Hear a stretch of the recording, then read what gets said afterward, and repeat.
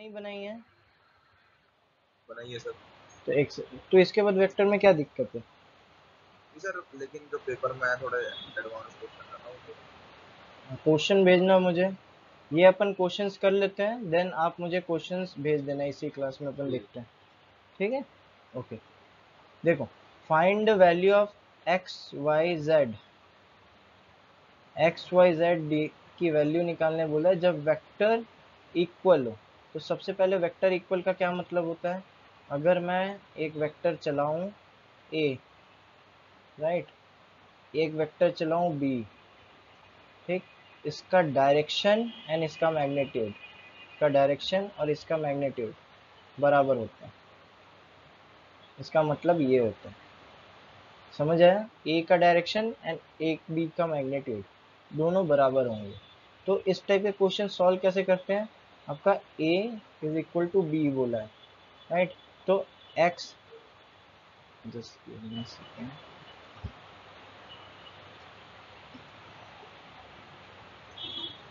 आपका x i plus two j plus z k equal to two i plus y j plus k. अगर आपका ये दोनों equal है तो आई का टर्म आई के साथ कंपेयर करो, जे का टर्म जे के साथ कंपेयर करो, के का टर्म के के साथ कंपेयर करो, एंड आपका वैल्यू आ जाएगा x equal to two, y equal to two, k, z equal to one. K नहीं, क्योंकि के इज अ डायरेक्शन, इसके सामने वन है, तो z is equal to one. ये समझ आ गया गाइस? आई जे को क्या डिनोट कर रहे थे? हाँ, आई जे के, आई है आपका for example this is 3D geometry, ठीक है, तो ये आई डायरेक्शन, ये जे एंड ये के, समझ आया? इसमें आपका दो, टू आई में है, मतलब वन एंड टू आई, मतलब अगर 3D ज्योमेट्री में करते हैं, देखो ये आपका लिख देते हैं two i plus two j plus one के।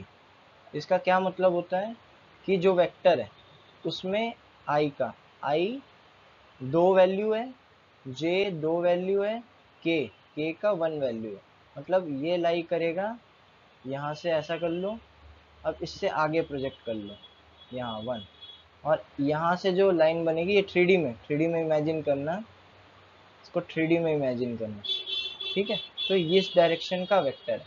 समझ आया आई जे के? ओके, ठीक है, अब आगे देखते हैं क्वेश्चन दूसरे कैसे आते हैं। देखो, A, let a vector A be i plus two j, B vector two i plus j is magnitude of A is equal to B.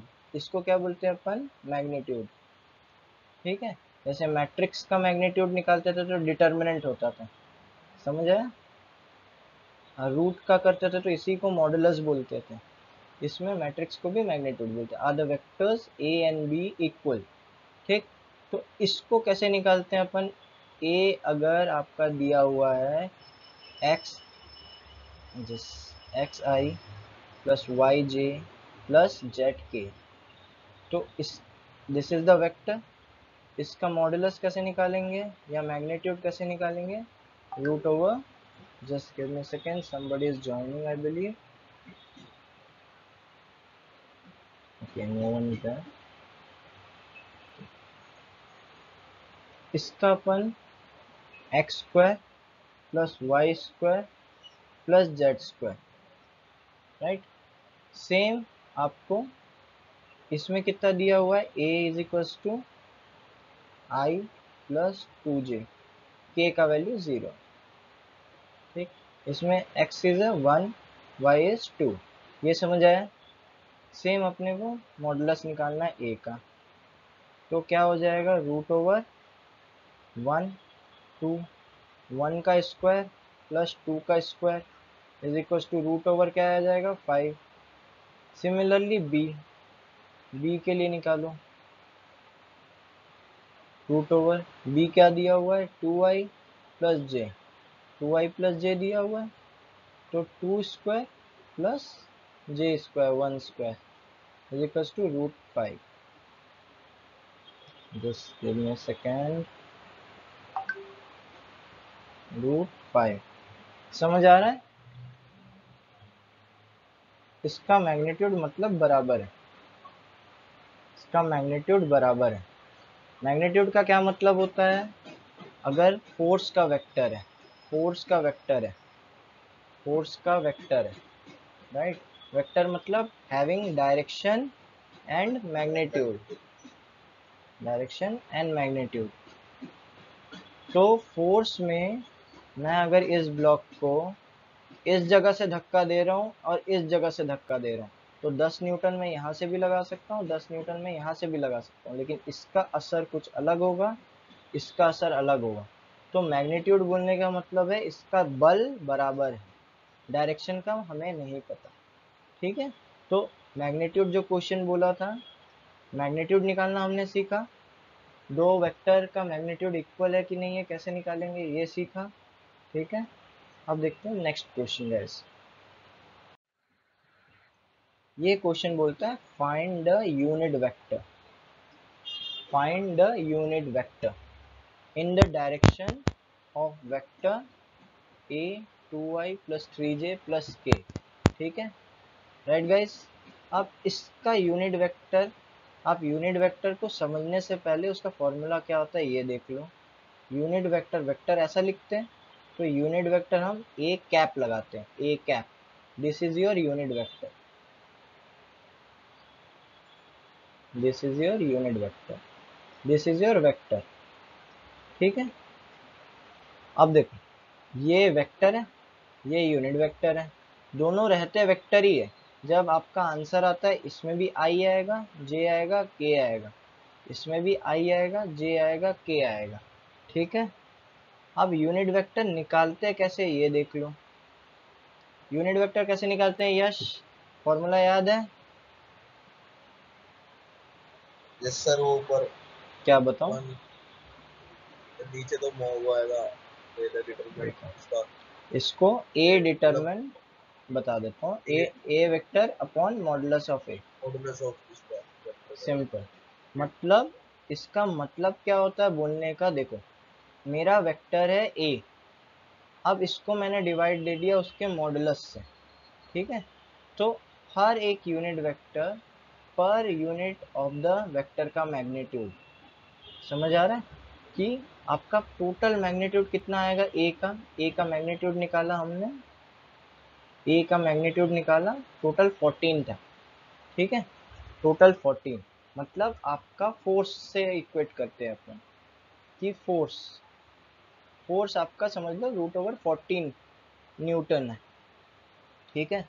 तो हर एक एक्स में कितना लग रहा है इसका कंपोनेंट, वाई में इसका कंपोनेंट कितना लग रहा है, जेड में इसका कंपोनेंट कितना लग रहा है, तो कितना आ जाएगा 2/√14। अब देखते हैं निकालते कैसे, समझ आया ये चीज, यूनिट वेक्टर का मतलब क्या होता है गाइस? यूनिट वेक्टर समझ आया? Yes sir. अब अपन देखते हैं इसको निकालते कैसे, ठीक है? अब ए वेक्टर क्या दिया हुआ था बताना कुलदीप? वेक्टर था सर हमारे पास two A i i cap, वो two i cap plus 3j cap plus k cap. Okay, ये देखो यहाँ पे भी कैप बोल रहा है, कैप का मतलब ये खुद में भी यूनिट वेक्टर है, आई जे के, यूनिट मतलब सामने वन, राइट? आई जे के, अगर आप वैल्यू बनाओगे तो एक एक यूनिट में चलेंगे, एक एक यूनिट में चलेंगे, ठीक है? इसलिए आई जे कैप लिखते हैं, अदरवाइज कोई इसमें सिर्फ एक्स वाई एंड जे का डायरेक्शन ही दिखा रहा है, ठीक? अब इसको नीचे में अपन क्या करेंगे, हमने सीखा था कि मैग्नीट्यूड कैसे निकालते हैं, इसी का एक्स वाई जेड का square, 2 square plus 3 square plus 1 square, ठीक है? तो ये क्या आ जाएगा, पूरा वेक्टर लिख देंगे प्लस के अपॉन √14, राइट? ये समझ में आया? ये आपका हो गया यूनिट वेक्टर, ये भी खुद भी वेक्टर है, बट मैग्नीट्यूड में क्या डिफरेंस रहेगा, √14 पर यूनिट वेक्टर, मतलब जो मैग्नीट्यूड इसका होता उसका √14 टाइम्स कम है। समझ आ रहा है? इस वेक्टर का ये कंपोनेंट है। ये समझ आया गाइस? एक्स वाई जेड मतलब यूनिट वेक्टर का काम क्या होता है और यूनिट वेक्टर निकालते कैसे, ये समझ गए आप लोग? ओके। यश, आपने एनसीईआरटी पढ़ा होगा, नो इशू, है ना? तो एक बार रिवाइज कर लो, फिर आपका जो क्वेश्चंस है वो मुझे सेंड कर देना, और नेक्स्ट क्लासेस में अपन इसका हार्ड लेवल बनाएंगे, ठीक है? बाकी लोग को भी एक बार रिवाइज कर लेने दो, और नो डाउट इसके आगे अपन हार्ड लेवल प्रैक्टिस करेंगे, ठीक है? एंड आपका जो लीड का एग्ज़ाम है, लीड का एग्ज़ाम कितने दिन बचे हैं? ऑलमोस्ट 1 मंथ समझ के चलते हैं, 30 डेज। तो 30 डेज में अपने को वही पढ़ना है जो एग्ज़ाम में आता है, ठीक है? अगर एग्ज़ाम में कुछ आ रहा है और वो छूट रहा है तो लेट मी नो, अपन उसको पहले प्रायोरिटी में करेंगे, ठीक है? वेक्टर के बाद अपन क्या पढ़ेंगे? वेक्टर के बाद अपन करेंगे कैलकुलस, ठीक है? तो वेक्टर हम, मेरा प्लान है पहले बेसिक कर लेते हैं, फिर आप जैसे यश बोल रहे हो कि हार्ड क्वेश्चंस कराने हैं तो इसके बाद हार्ड क्वेश्चंस करते हैं, राइट? क्योंकि ज़्यादा हार्ड होने से क्या हो जा रहा है, बेसिक का जो पार्ट है वो छूट जाता है। तो हम पहले बेसिक्स कवर कर लेंगे आज या कल में, फिर उसके बाद हार्ड क्वेश्चंस के 2 क्लास कर लेंगे, ठीक है? चलो next question guys, find a vector, find a vector in the direction of the vector a I k -2j that has a magnitude of 7 units। इसका मीनिंग कोई बताएगा? इसका मीनिंग क्या है? इसका मीनिंग क्या है? इसका मीनिंग अगर आप बता दोगे तो आपका multiplication of vector, unit vector आपका क्लियर हो जाएगा। यश, कुलदीप, इस क्वेश्चन का मीनिंग क्या है? हिमांशु, ऋषभ, इस क्वेश्चन का मीनिंग बताओ। खाली डायरेक्शन ऑफ ए कैप है वो निकालना है, तो मैग्नीट्यूड तो गिवन ही है, जस्ट मैग्नीट्यूड पुट कर देंगे और ए वेक्टर को डायरेक्शन बतानी है खाली सर, मैग्नीट्यूड गिवन है और ए यूनिट, जो यूनिट वेक्टर है ए वो भी गिवन है। ओके, देखो इस क्वेश्चन में क्या बोल रहा है, इसको ध्यान से सुनो।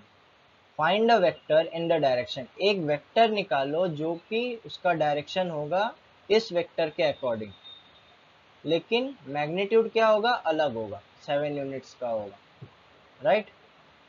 पहले एक वेक्टर निकालो जो इस डायरेक्शन में होगा, और फिर उस वेक्टर का जो मैग्नीट्यूड होगा वो 7 गुना होगा, हैज अ मैग्नीट्यूड 7 यूनिट्स, ठीक है? तो 7 यूनिट्स का मतलब क्या है? उसका मैग्नीट्यूड तो दिया हुआ है 7 यूनिट्स, 7 यूनिट्स उसका मैग्नीट्यूड दिया हुआ है, राइट? अब 7 यूनिट, यूनिट वेक्टर का मैग्नीट्यूड कितना होता है? यूनिट वेक्टर का मैग्नीट्यूड कितना होता है? सर 1 होता है।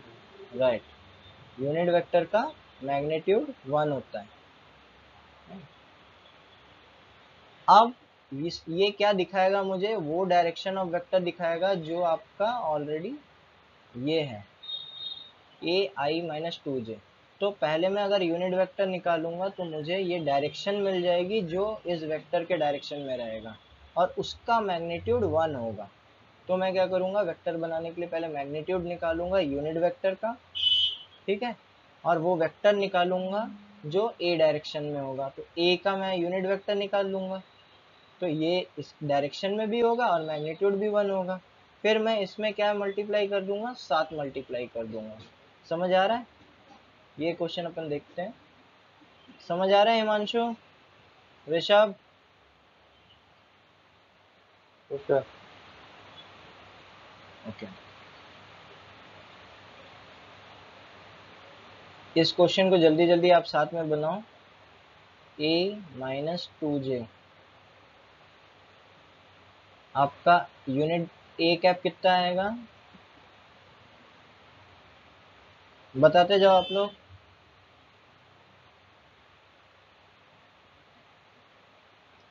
√1² प्लस -2 का होल स्क्वायर, राइट, यही होगा।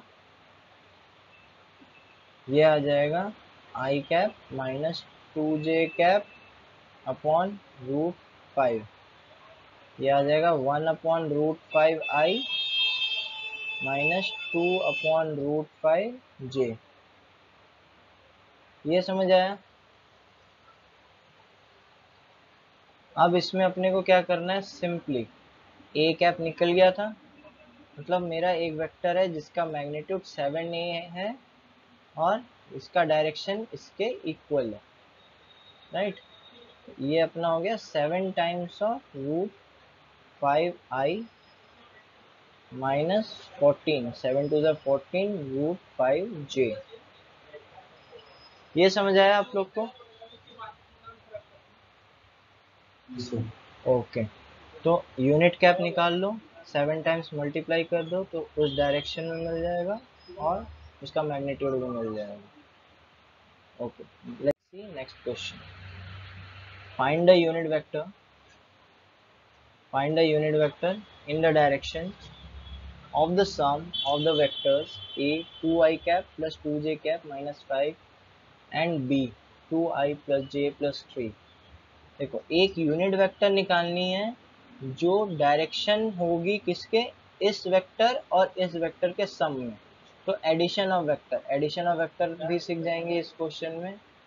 इसमें आप क्या करो, सॉल्यूशन को अभी मत देखना, एंड एडिशन करो इस वेक्टर को और इस वेक्टर को। i को i के साथ प्लस माइनस करना, j को j के साथ, k को k के साथ, एंड एक पहले वेक्टर निकालो and back of the question जो हमने बनाया था सेम अप्लाई करो मेथड। बन जाएगा ऋषभ, यश, जल्दी बनाओ, आंसर आता है कि नहीं चेक करो सॉल्यूशन के साथ।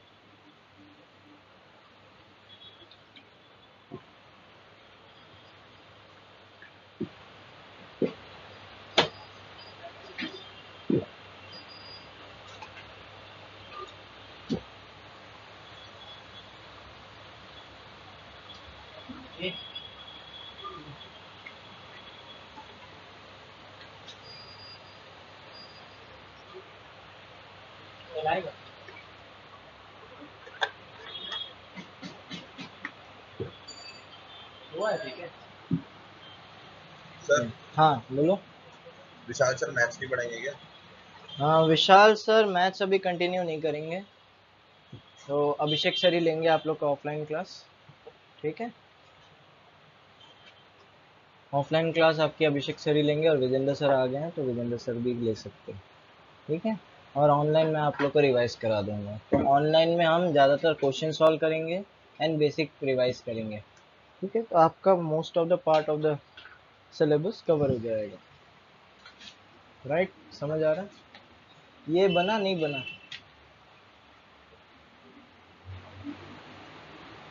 ये बन गया ऋषभ। क्वेश्चन सॉल्व करो, इसी में एमसीक्यू आता है, एमसीक्यू का लेवल हार्ड नहीं रहता है, सिर्फ इसी के आगे 4 ऑप्शन देगा, ठीक है। Find the unit vector in the direction of the sum of the vectors. इन दोनों वेक्टर का सम करो, इन दोनों वेक्टर का सम करो।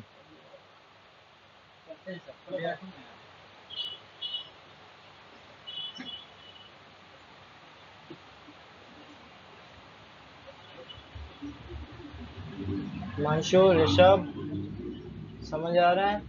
एडिशन कर लोगे, एडिशन करके एक नया वेक्टर ले लो c a प्लस बी,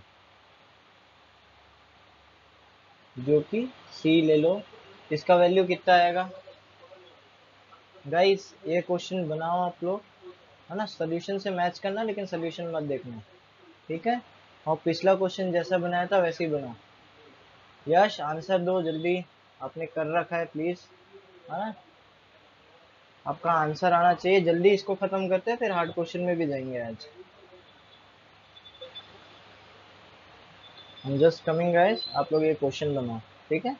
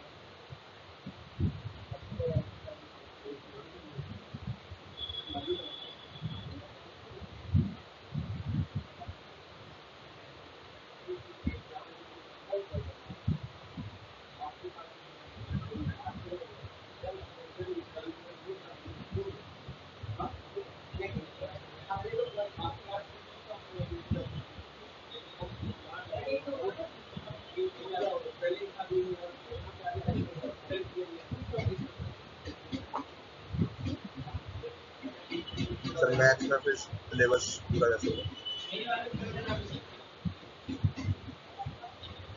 आपका बैग ले लूं? आपका बैग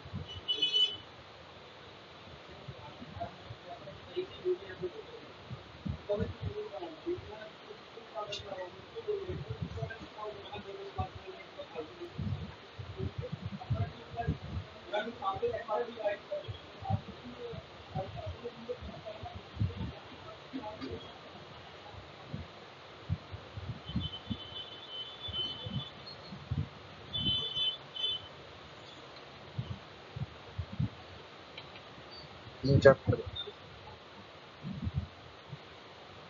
टेस्ट कर देते हैं आप।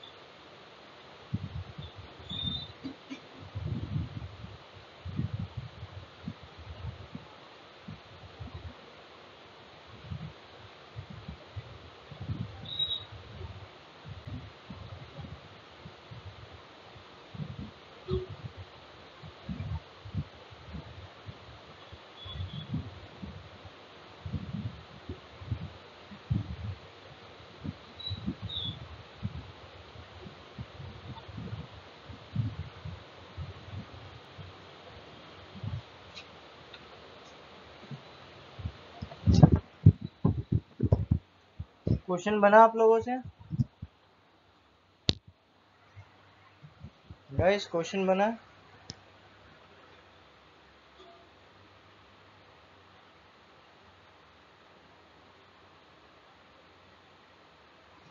Guys am I audible? Question आप लोग बना रहे हो? कुलदीप, यश?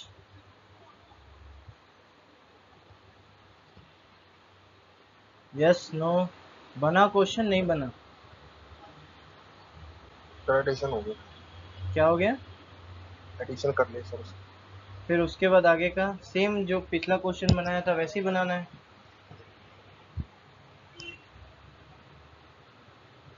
हिमांशु, बन रहा है क्वेश्चन? Yes sir. ओके, समझ आ रहा है? Yes sir. ओके, ठीक है। देखो मैं बनाता हूँ, आप लोग बताते रहना। ठीक, इस क्वेश्चन में एडिशन किया तो क्या आ गया आपका? 4i आ गया प्लस 3j माइनस 5 था प्लस 3 था, क्या बन जाएगा? माइनस 2k बन जाएगा गाइस। अब मुझे एक यूनिट वेक्टर चाहिए इस डायरेक्शन में, उसमें क्या था? 7 मैग्नीट्यूड का एक चाहिए था जो आपका ए के डायरेक्शन में हो, तो हमने 7a कैप किया था। अब मुझे सिर्फ एक यूनिट वेक्टर चाहिए जो किस डायरेक्शन में हो? इस डायरेक्शन में हो। तो सिंपल अगर मैं सी कैप की वैल्यू निकाल लूँ तो क्या हो जाएगा? आपको एक वेक्टर मिल जाएगा जो कि इस दोनों के सम में है, इन दोनों के सम के डायरेक्शन में। समझ आ रहा है? नहीं आ रहा है? अब आपको इजीली सी की वैल्यू तो मिल गई है, सी की वैल्यू आपको ये मिली है। अब सी का यूनिट वेक्टर सी कैप निकाल लो, सी अपॉन सी, राइट? ये क्या हो जाएगा? 4i plus 3j minus 2k upon इसका स्क्वायर करो, 4 स्क्वायर 16 प्लस 3 स्क्वायर 9, माइनस 2 का कोई असर नहीं होगा, 2 square 4, 4i plus 3j minus 2k root over 29। समझ आया? इसको आप अलग अलग करके लिख लो। 4, ये 4 upon root over 29 i cap plus 3 upon root over 29 j cap minus 2 upon root over 29 k cap. अब इसका फिजिकल मीनिंग क्या होता है ये भी थोड़ा समझ लो कि अगर मेरा एक डायरेक्शन ऑफ वेक्टर ए है, एक डायरेक्शन ऑफ वेक्टर बी है, इनका एडिशन करेंगे तो क्या आएगा? पैरेललोग्राम थ्योरम लगाते हैं तो ये इस डायरेक्शन में जाएगा सी। तो मैं जो वेक्टर बनाऊंगा जिसका मैग्नीट्यूड 1 होगा या यूनिट वेक्टर होगा वो इस डायरेक्शन का यूनिट वेक्टर होगा। देखो ये इसी को यूनिट वेक्टर बोलते हैं। इसका टोटल सम कितना आ गया? इतना, समझ लो 5 है। तो अपन क्या करते हैं 5 से डिवाइड दे देते हैं, तो यूनिट का वैल्यू निकालते हैं, इस एक यूनिट का मैग्नीट्यूड कितना है। समझ आ रहा है किसी सर को? एक बार दोबारा बताइए। देख, ये क्वेश्चन आपको समझ आया कि यस सर, क्वेश्चन समझ में आ गया। एक यूनिट वेक्टर निकालो जिसका डायरेक्शन होगा इस ए और बी वेक्टर के सम पे। ठीक है, तो अगर मेरा एक बी है एक ए है, इसी का सम बोल रहा है ना, इन दोनों के सम पे एक यूनिट वेक्टर निकालो। तो सम कैसे होता है अपना, पैरेललोग्राम थ्योरम लगाते हैं ना, पैरेललोग्राम थ्योरम, ए और बी का वेक्टर एडिशन कैसे होता है, A square plus B square 2ab cos theta होता है नॉर्मल, जब अपन फोर्स मैकेनिक्स पढ़ते हैं। तो इसका फिजिकल सेंस ये आता है, डायगोनल ऑफ द पैरेललोग्राम, ये समझ आ रहा है। तो अगर मान लो यहाँ पे मैंने 10 न्यूटन लगाया, यहाँ पे मैंने 10 न्यूटन लगाया, तो ये कितना आ जाएगा, थोड़ा 10 से ज़्यादा आ जाएगा। तो अब अगर मुझे इस इसका डायरेक्शन, रिजल्टेंट हो गया सर। हाँ, तो एडिशन ऑफ वेक्टर क्या होता है, रिजल्टेंट ही तो होता है। एडिशन ऑफ वेक्टर क्या होता है, एडिशन ऑफ वेक्टर्स क्या होता है, इसको हम मैथ्स में एडिशन ऑफ वेक्टर बोलते हैं, फिजिक्स में इसी को रिजल्टेंट ऑफ वेक्टर बोलते हैं, रिजल्टेंट ऑफ वेक्टर। इसको हम आई जे के फॉर्म में सॉल्व करते हैं, इसको रिजल्टेंट ऑफ वेक्टर को हम कॉस थीटा के फॉर्म में सॉल्व करते हैं कि दो वेक्टर के बीच में एंगल इतना है, आप इसका एडिशन करो बोलते हैं। अगर सब्ट्रैक्शन करेंगे तो क्या मिलेगा सर? सब्सट्रैक्शन करो, सब्सट्रैक्शन करोगे तो इसको कैसे करते हैं वेक्टर का सब्सट्रैक्शन, कि आपका ए है बी इधर ही है, ठीक, ए बी, अब इसका सब्सट्रैक्शन का क्या मतलब होता है, इसको आप उल्टा कर लो एंड इस डायरेक्शन में रिजल्टेंट निकाल लो, सिंपल। देखो, addition and subtraction of vector का क्या मतलब होता है, फिजिकल मतलब समझो, आपको समझ आ जाएगा कि एक ब्लॉक है, इसको मैं इस डायरेक्शन में फोर्स लगा रहा हूँ, और बॉक्स नहीं, ले लो बॉल, ले लो कंचे की गोली ले लो, ठीक है, मैं इस डायरेक्शन में इसको धक्का लगा रहा हूँ और मैं इस डायरेक्शन में धक्का लगा रहा हूँ, ये किस साइड जाएगा आप बताना, ये किधर जाएगा, ऊपर जाएगा या इधर जाएगा, कि इधर दोनों जाएगा, का रिजल्टेंट होगा ऊपर ही जाएगा। इधर जाएगा। देखो 1 में जाएगा, 2 में जाएगा कि 3 में जाएगा, रिपीट किधर जाएगा ये, 3 में इधर जाएगा, तो बोले 3 में जाएगा। यही मतलब होता है वेक्टर का एडिशन एंड सब्सट्रैक्शन का। अब सब्सट्रैक्ट का मतलब क्या होता है, ये एंगल को चेंज थोड़ी ना कर देते, इसको बस उल्टा कर देते हैं, कि अगर मैं यहाँ से धक्का नहीं लगाता तब ये किधर जाता, तब ये उल्टा जाता। ये अगर बी है ए है, ए से बी को घटा दो बोलेगा, तो क्या करेंगे, इस फोर्स को आप हटा दोगे, हटाओगे कैसे, इस डायरेक्शन में उल्टा फोर्स लगा दोगे, ये किधर चला जाएगा, इधर चला जाएगा। समझ आ रहा है। और वेक्टर सब्सट्रैक्शन कहाँ आता है फिजिक्स में, फिजिक्स में सब्सट्रैक्शन आता है रेफरेंस कैलकुलेट करने में, राइट, या आपका रिलेटिव वेलोसिटी कैलकुलेट करने में। रिलेटिव वेलोसिटी कैसे कैलकुलेट करते हैं, ट्रेन का relative velocity with man walking on the train, तो ट्रेन की वेलोसिटी माइनस कर दो, यही तो होता है वेक्टर एडिशन एंड सब्सट्रैक्शन। समझ आ रहा है। या आप बारिश में चल रहे हो, बारिश की बूंदें सीधी गिर रही है, आपकी वेलोसिटी इतनी है, तो आप क्या करते हो, रिलेटिव वेलोसिटी निकालते हो। रिलेटिव वेलोसिटी कैसे निकालते हो, इस आदमी को रोक देते हो और आपको चेहरे पे बूंदें पड़ती है, इसी को सब्सट्रैक्शन ऑफ वेक्टर्स बोलते हैं, या रिलेटिव वेलोसिटी के टर्म में आप फिजिक्स में यूज करते हो इसी को। समझ आ रहा है। ओके, देखो, अब अपना यूनिट वेक्टर निकाल लिया ये क्वेश्चन। तो हम अभी तक क्या क्या सीखे, यूनिट वेक्टर निकालना, addition of vectors, addition of vectors सीख गए, सब्सट्रैक्शन सेम होता है, कैसे आई को आई को, जे को जे के साथ, के को के के साथ, यूनिट कैप यूनिट वेक्टर निकल जाएगा। अगर इसी में अगर बोलेगा 7 गुना मैग्नीट्यूड है, तो आप कैसे करोगे, इसी के सामने 7 मल्टीप्लाई कर दोगे, राइट। ठीक, अब नेक्स्ट क्वेश्चन देखते हैं। Okay, right the direction ratios. देखो यहाँ नया नया वर्ड आ रहा है, direction ratios of the vector A I J minus 2 के। Hence calculate direction cosines. Hence calculate direction cosines. अब देखो यहाँ पे दो चीज आया मैंने। अब इसका थ्योरी मैं पढ़ा सकता हूँ, लेकिन आपको क्वेश्चन बनाना आना चाहिए, ठीक है। तो सिंपल है, डायरेक्शन रेशियो निकालते हैं कैसे आप सीख लो, और डायरेक्शन कोसाइन क्या होता है, ठीक। ये दो चीज है, दो चीजों को देखते हैं कि अगर कभी डायरेक्शन रेशियो निकालने बोलेगा तो हम कैसे निकालेंगे। ओके। यश, आपको याद है डायरेक्शन रेशियो, डायरेक्शन कोसाइन, कुछ बताना चाहोगे? डायरेक्शन रेशियो क्या होता है, डायरेक्शन कोसाइन क्या होता है? यश, हिमांशु, ऋषभ, कुलदीप, कुछ भी याद है डायरेक्शन रेशियो, डायरेक्शन कोसाइन के बारे में? यस और no guys? Any reply? Please आप लोग रिप्लाई देते रहो, मुझे समझ में नहीं आता कि हम डिस्कनेक्ट हो गए हैं कि आपको समझ आ रहा है कि नहीं आ रहा। आप बोलोगे तो मुझे समझ आएगा कि समझ आ रहा है नहीं आ रहा है, ठीक है। जतिन, आवाज आ रहा है? Audible? Am I audible? Yes sir. तो यस और नो बोलो ना प्लीज। कुलदीप, समझ आ रहा है क्वेश्चन? डायरेक्शन रेशियो और डायरेक्शन कोसाइन क्या होता है?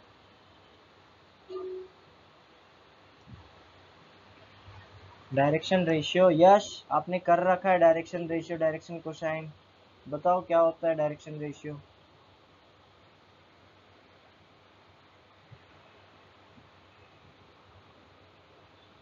क्या होगा बताओ। और बहुत सिंपल है, आप लोग अगर सोल्यूशन भी देखोगे तो भी आप बता दोगे कि क्या है। हिमांशु, डायरेक्शन रेशियो क्या होता है?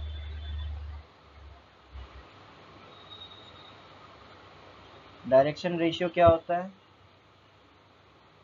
देखो, अब मैं अगर सिंपल भाषा में समझाऊंगा तो कोई भी vector is equal to x i plus y j plus z k, ठीक है। डायरेक्शन रेशियो आई के कोफिशिएंट को बोलते हैं, सिंपल, इतना सिंपल है।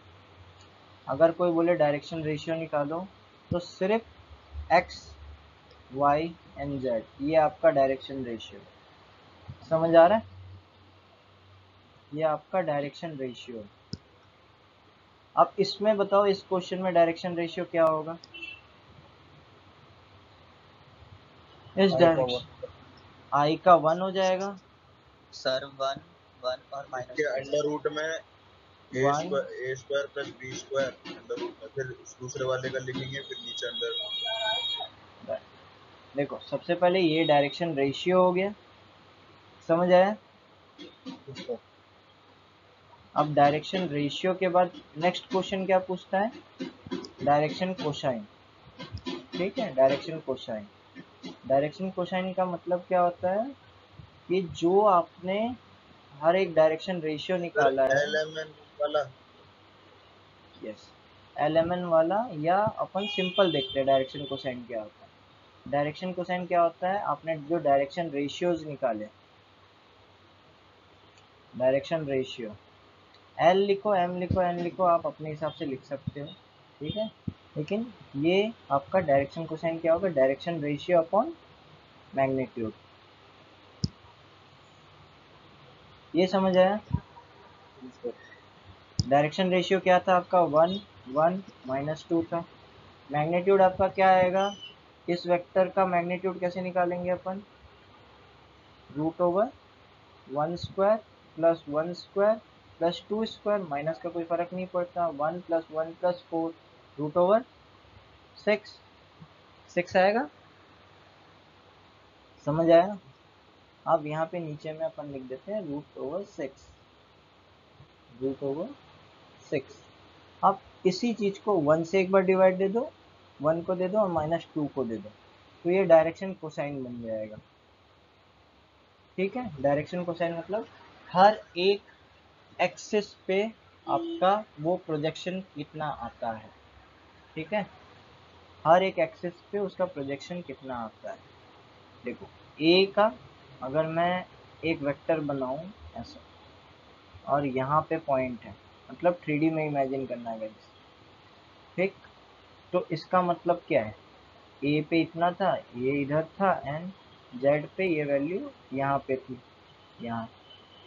ठीक, इसको अगर मैं मैग्नीट्यूड से डिवाइड दे देता हूँ तो इसका वैल्यू आपको एक्स पे कितना मिला, इसका वैल्यू आपको वाई पे कितना मिला, इसका वैल्यू आपको जेड पे कितना मिला। ठीक है, डायरेक्शन कोसाइन का मतलब ये होता है। तो डायरेक्शन कोसाइन आप डायरेक्शन कोसाइन अपॉन मैग्नीट्यूड कर दो, क्या हो जाएगा आपका डायरेक्शन कोसाइन, बताओ। पहले था 1, दूसरा था 1 एंड दूसरा था -2, इसको √6, √6, √6। अब इसको आप एल एम एन बोलो, जो बोल सकते हो आप वो यूज़ कर सकते हो, x y z a B c, right. L m n standard है, अगर आप एल एम एन यूज़ करना चाहते हो तो एल एम एन यूज़ करिए। ठीक, राइट गाइस, ये समझ आया Himanshu, Yash, Kuldeep. Yes, sir. Next question देखते हैं, ठीक है। Find the vector joining the point directed from P to Q. देखो, इसमें कोऑर्डिनेट ज्योमेट्री, जो हमने कॉनिक सेक्शंस में क्या पढ़ा था, कि पॉइंट दिया हुआ है 3D में। ठीक, 3D में कोई पॉइंट दिया हुआ है P एंड Q, P से Q जोड़ना है, P से Q। हमेशा याद रखना वेक्टर डायरेक्शनल होता है, ठीक है। डायरेक्शनल का क्या मतलब होता है, इसके ऊपर एक डायरेक्शन लगी होती है, ये वेक्टर अलग है और ये वेक्टर अलग है, भले ही ए से बी के बीच में ही क्यों ना हो। ठीक, मतलब इसका बोलने का मतलब है इस ब्लॉक को मैं इधर से धक्का दे रहा हूँ, और इस बोलने का मतलब है इस ब्लॉक को मैं इधर से धक्का दे रहा हूँ, तो ये दोनों चीज़ अलग होते हैं वेक्टर। ठीक है, मैग्नीट्यूड एंड डायरेक्शन होता है। तो इस क्वेश्चन में क्या बोला है आपको, find the vector joining the points, ये पॉइंट एंड ये पॉइंट आप लोग को ज्वाइन करना है, एंड इसको वेक्टर के फॉर्म में लिखना है। कैसे लिख सकते हैं कुलदीप, इसका वेक्टर बना सकते हो। ग्राफ पे ऐसे ग्राफ नहीं, इसका आंसर क्या आएगा, answer find the vector joining the points. Yash, Yash आपको रिवाइज हो जा रहा है, राइट, हमने पहले भी पढ़ रखा है, Yes, sir. तो रिवाइज हो रहा है। Yes, sir. ओके, अपन कल से हार्ड क्वेश्चंस भी करेंगे, ठीक है। आप मुझे क्वेश्चन सेंड कर देना, ठीक। और लीड में आया हुआ क्वेश्चन सेंड करना तो ज़्यादा बेटर रहेगा, क्योंकि एक्स्ट्रा एफर्ट अभी करने का टाइम नहीं है, ठीक है। तो मैं आप लोग को वो चीज़ें करा दूंगा जो आपका लीड पे आने वाला है, ठीक। और आपको कोई डाउट होगा, कोई हार्ड क्वेश्चन है तो वो भी अपन सॉल्व करेंगे। डन। अब इसका क्वेश्चन कैसे बनाओगे बताओ। ये 2 पॉइंट है, 2 पॉइंट को जोड़ के अपने को एक वेक्टर बनाना है। कैसे बना सकते हैं गाइस, हाउ टू स्टार्ट। अपन कॉनिक सेक्शन और स्ट्रेट लाइन किए थे, उसमें क्या लिखते थे, x2 - x1 लिखते थे, याद है किसी को। Distance formula. सर -1 और -2 पहले कॉलम में आएगा, आयोटा हाँ, कैप के देखो साथ में। आयोटा कैप नहीं बोलते, आई कैप बोलते हैं। आयोटा आपका कॉम्प्लेक्स नंबर में हो जाएगा, तो बोलने का आई कैप, आयोटा बोलोगे तो दिक्कत हो जाएगा, राइट। देखो x2 - x1, y2 - y1, z2 - z1, ठीक, सिंपल। एंड इसके सामने आप आई लगा दो, इसके सामने आप जे लगा दो, इसके सामने आप के लगा दो, ये आपका बन गया वेक्टर। तो सिर्फ माइनस क्यों लगाया सर हमने? कहाँ माइनस लगाया, सर यहाँ पे x2 माइनस x1, फिर ऐसे क्यों करा हमने? फिर प्लस नहीं कर सकते थे इसको? अगर आप स्ट्रेट लाइन पढ़े हो, स्ट्रेट ये लाइन सर, में x1 y1 होता है, ये सर x2 x1 y2 होता है, ये ठीक। सर इसका अपन इक्वेशन कैसे निकालते थे, x2 - x1, y2 - y1 upon x2 - x1, y - y1 upon x2 - x x1 लिखते थे, यही लिखते थे, याद होगा, 2 पॉइंट फॉर्म हमने पढ़ा था। हिमांशु आपने ये मिस किया होगा क्लास, मैं आपको दोबारा रिवाइज कर दूंगा जब अपन रिपीट करेंगे, ठीक है।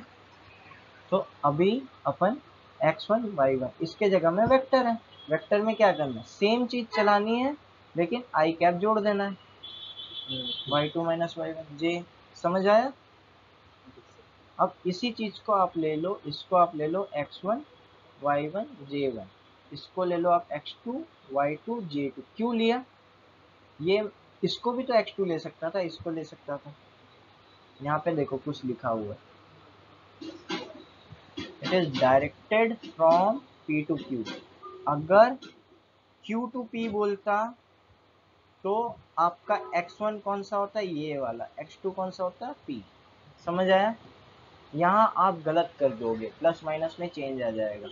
अगर आपने अगर क्वेश्चन में सेम देता और यहाँ पे आपको क्वेश्चन घुमा देता कि Q टू P करो, तो आपको ये चीज आपको करना पड़ता।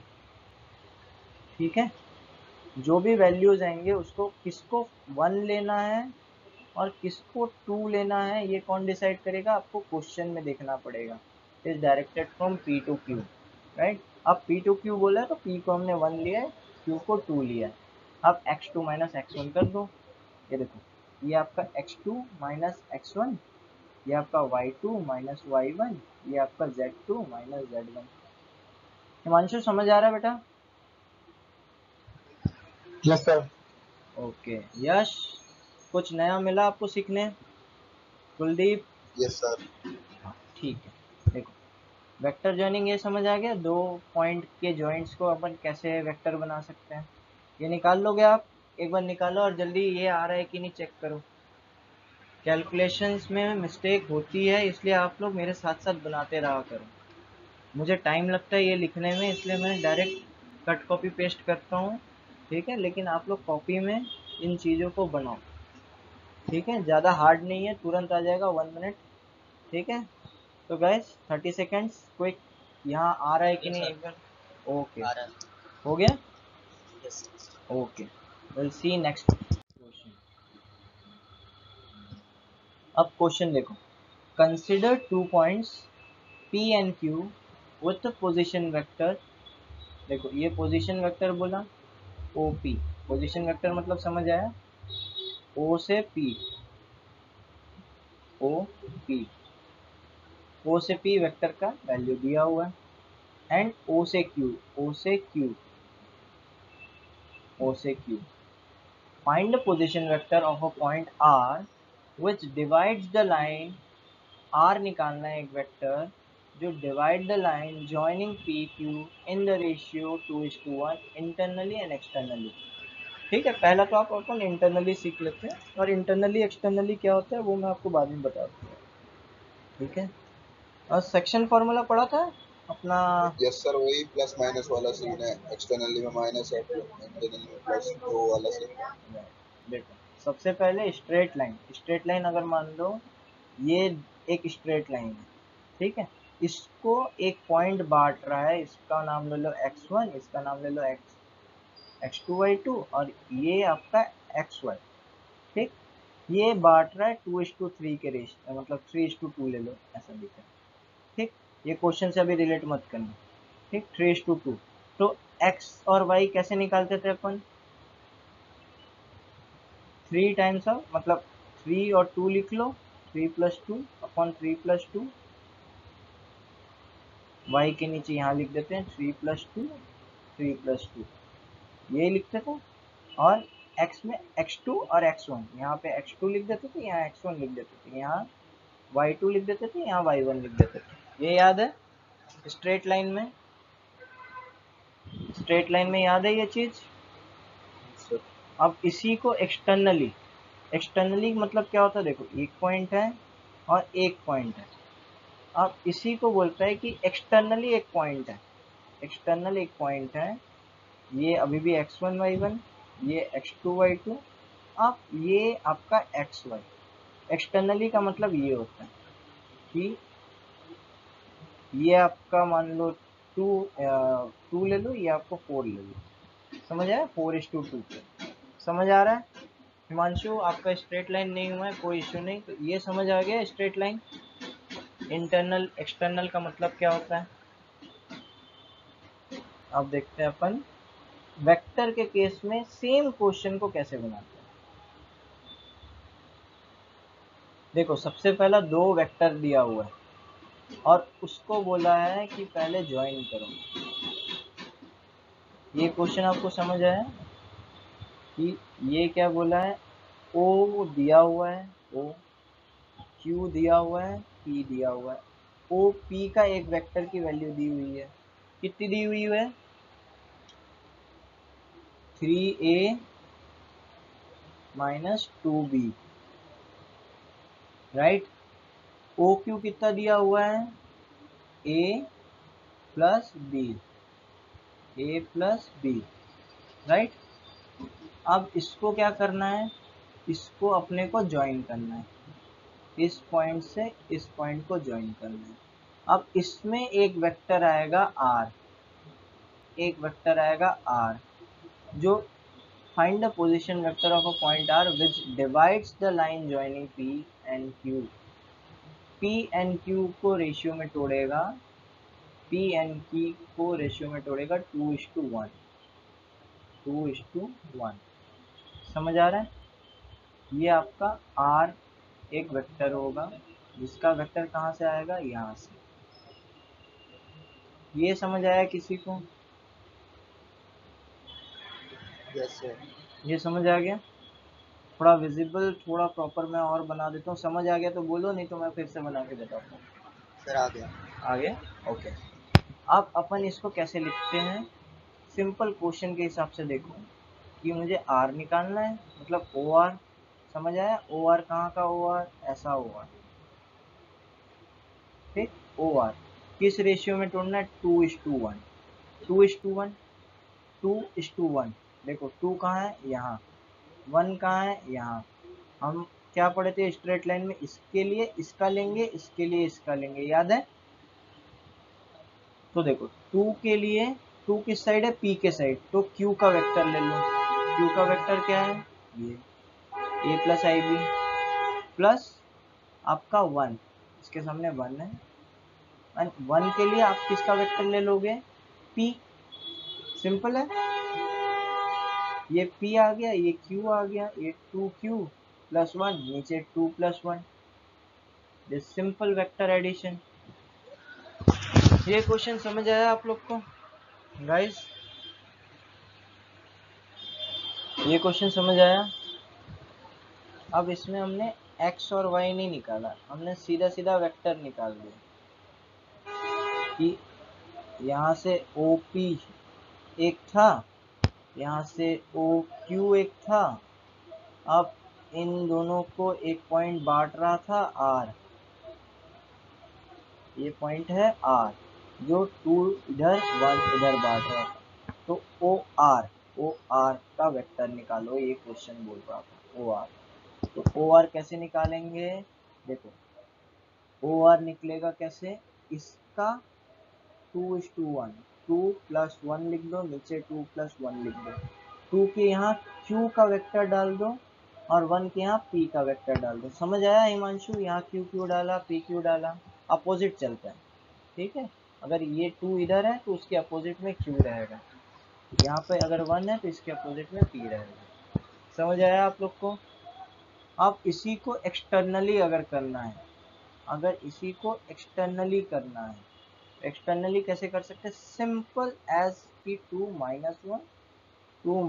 यहाँ पे Q, यहाँ पे P, सेम आपका क्वेश्चन चलेगा, लेकिन आपको एक्सटर्नली वैल्यू मिलेगी, एक्सटर्नली, राइट। एक्सटर्नली मीन्स आपका ये आ जाएगा यहाँ पे, OR आ जाएगा यहाँ पे, OR आ जाएगा आपका यहाँ। समझ आ रहा है गाइस, ये क्वेश्चन समझ आया, यश, कुलदीप, जतिन।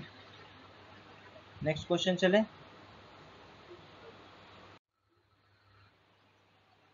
नेक्स्ट क्वेश्चन देखते हैं।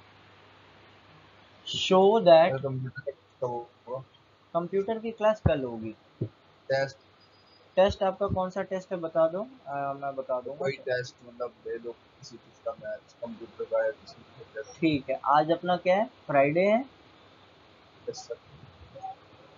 तो अपन मैथ्स का टेस्ट आप लोग दे सकते हो, मैथ्स कंप्यूटर रीजनिंग सबका दे देना सर। सबका कंबाइन लेना है, यस ओके सर, क्योंकि ठीक है। तो एक काम करते हैं, लीट ना, लीट, ओके, तो एक फुल टेस्ट आपका मंडे को ले लेते हैं, ठीक है। मंडे को आप लोग की क्लासेस भी ऑफ रहेगी, ठीक है। तो मंडे को सुबह मैं आप लोग को लिंक दे दूंगा, ठीक है। हिमांशु, हमारा टेस्ट भी होता है, तो ऑनलाइन आपको लिंक मिल जाएगी, जैसा आपका टेस्ट होता है वैसा आप टेस्ट ले लेना फ़ोन पे या सिस्टम में बैठ के, ठीक है। लीट आपका मंडे को टेस्ट रखते हैं, ठीक है। और एक बार मुझे कोई याद करा देना, ठीक है। मेरा नंबर आप लोग के पास है, मुझे एक बार संडे को याद दिला देना, ठीक है guys. Tomorrow I will be travelling, तो टुमारो आपकी मैथ्स की क्लास नहीं होगी। मैं अभिषेक सर से रिक्वेस्ट करूंगा कि मैथ्स की क्लास आपकी कंटिन्यू करें। आपको कल क्या करना है, कंप्यूटर पढ़ना है आप लोग को, फॉन्ट भी लगवा देते हैं सुबह। Computer and font, font okay, ठीक है। तो एक काम करेंगे, 8:30 से 10 है राइट, तो 8:30 से 10 की जगह 8:30 से 9:30 आपका अपन लगा लेंगे क्वांट या कंप्यूटर, ठीक है। फिर आधे घंटे का ब्रेक, आप लोग खाना खा लेना, फिर 10:15 से 11 कर लेते कंप्यूटर, चलेगा? Agreed everyone? आप लोग टाइम यस बताओ अपने हिसाब से, ठीक है। तो कल की टाइमिंग यही रखते हैं, 8:30 से 9:30 क्वांट ले लेंगे। कल मैं ट्रैवलिंग पे रहूँगा, ठीक है। तो कल मैथ्स की क्लास अगर आप बोलोगे तो मैथ्स की क्लास लगा देंगे, नहीं तो एक क्वांट चलेगा आपका, कल कंप्यूटर चलेगा, ठीक है। और आप लोग मुझे संडे को एक बार याद दिला देना, तो मंडे को मैं आपकी टेस्ट ऑनलाइन पोर्टल पे डाल दूंगा, ठीक है। लीड का वैसा टेस्ट बना हुआ है, अभी भी शेयर कर सकता हूँ, आप लोग पहले तैयार कर लो एंड मेगा टेस्ट कर लेंगे, मेगा टेस्ट ऑन मंडे, ठीक है। हिमांशु, आपने टीडीसी की ऐप डाउनलोड की है? ना टीडी सर। टीडीसी क्लासेस करके ऐप है प्ले स्टोर पे। आप अगर आईफोन नहीं चलाते हो तो आपको ये वर्किंग कंडीशन में दिखेगी, यहीं पे हम सारे नोट्स आपको जो ये पढ़ा रहा हूँ ये भी मिल जाएगा। अभी कुछ दिनों से मैंने वीडियो डालनी भी चालू की है, थोड़ा सा मुझे टाइम दीजिए तो मैं वीडियो भी अपलोड करके आपको दे दूंगा। बाकी यूट्यूब पे भी वीडियो डाल रहा हूँ एंड आपको यहाँ पे सारे नोट्स अवेलेबल मिल जाएंगे, ठीक है राइट। तो इस क्वेश्चन को कैसे बनाते हैं गाइस, देखते हैं इस क्वेश्चन को कैसे बनाएंगे। हिमांशु, ऐप डाउनलोड कर लेना बेटा, ठीक है। इस क्वेश्चन को कैसे बनाएंगे, यश आप बताओ कि आपको क्वेश्चन में लीड में कैसे सर, पूछेगा। मैं बता देता हूँ लीड में, जैसे हाँ बताओ बताओ। जैसे हम पहले उसमें क्वेश्चनों में करते थे स्ट्रेट लाइन या पिछले वाले क्वेश्चनों में, यस तो पहले ए बी साइड ले लेंगे, मतलब यस ए बी साइड लेंगे, फिर बी सी फिर सी ए। अगर इन इन दोनों का ए बी और बी सी का सम आ रहा है, तो बी सी और सी ए का राइट। ए बी के इक्वल तो राइट एंगल है। देखो राइट एंगल का क्या मतलब होता है, ये दोनों साइड का सम सर। ये ये परपेंडिकुलर, ये बेस, ये hypotenuse, hypotenuse square equal to perpendicular square plus base square होता है, ये याद है सबको। तो अपने को क्या निकालना है, ए बी सी दिया हुआ है, are the vertices of right triangle. तो A B and C, A B and C, A B C, आपको क्या निकालना है, पहले ये लाइन निकालनी है, ये लाइन निकालनी है, ये लाइन निकालनी है। समझ आ रहा है, नहीं आ रहा है, A B and C, A B and C, ठीक है। तो सबसे पहले आप क्या करो, ए बी लाइन निकालो। इसको आप लोग सॉल्व करो तो प्लीज, हिमांशु, यश, कुलदीप, जतिन,